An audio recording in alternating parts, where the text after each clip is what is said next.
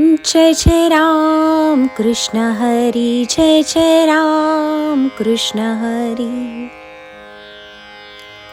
नामासी विन्मुख तो नर पापिया, हरी विण धावया न पवे कोणी.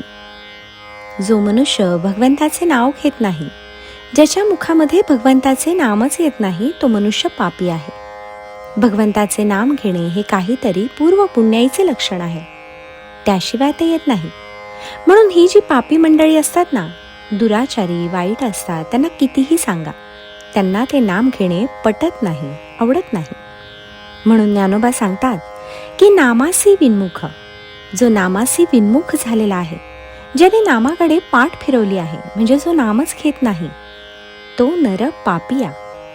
तेव्हा तो मनुष्य, मग तो पुरुष असो वा स्त्री असो, जर त्यांच्या तोंडामध्ये नामच येत नाही, तर तुम्ही त्याला पापी समजा. पापामुळे आपल्या मुखामध्ये नाम येत नाही. म्हणून आता पूर्वी काही पाप घडले असेल म्हणून नाम येत नाही, ते आता सोडून द्या. पण आता तरी पुण्यवान होऊन नाम घ्या. आता तरी नाम घ्या ना. आपण येथे तर सगळ्यांना सांगतो ना, म्हणा दिगंबरा दिगंबरा म्हणा, राम राम म्हणा. येथे आपण कसे सक्तीने करून घेतो ना. सक्ती म्हणजे प्रेमाची सक्ती. सगळे बसले की या ठिकाणी आपण नाम घेतो.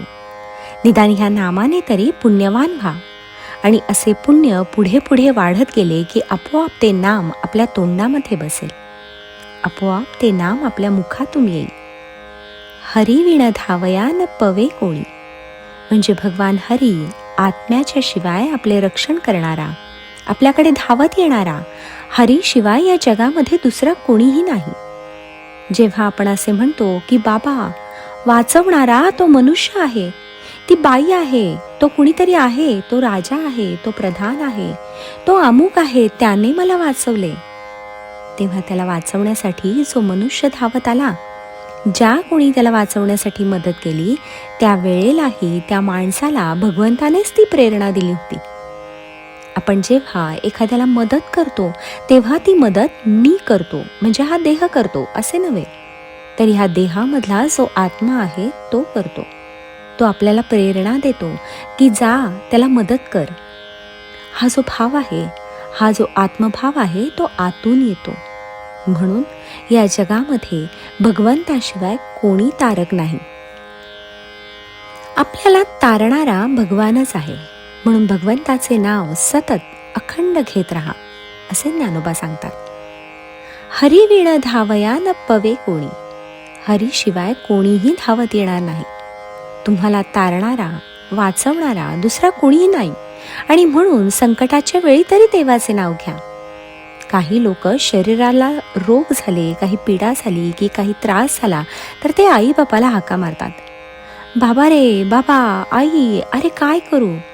ते माय आणि बाप जवळ असले तरी ते काहीही करू शकत नाही.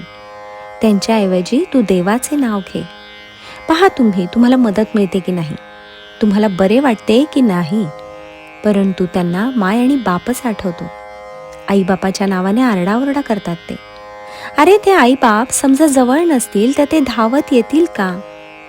मग तो परमेश्वर, तो अखंड राहणारा आत्मा आपल्या देहामध्ये जो हरी आहे, मग त्याचेच नाव घ्या ना. तो नक्कीच मदत करेल तुम्हाला. म्हणून कोणत्याही संकटामध्ये, आजारामध्ये, कोणत्याही परिस्थितीमध्ये देवाचेच नाव घेत राहावे बस. आणि खरोखर तो आपल्याला मदत करतो. म्हणून ज्ञानोबा म्हणतात, हरी विण धावया न पवे कोणी. जय जय राम कृष्ण हरी, जय जय राम कृष्ण हरी.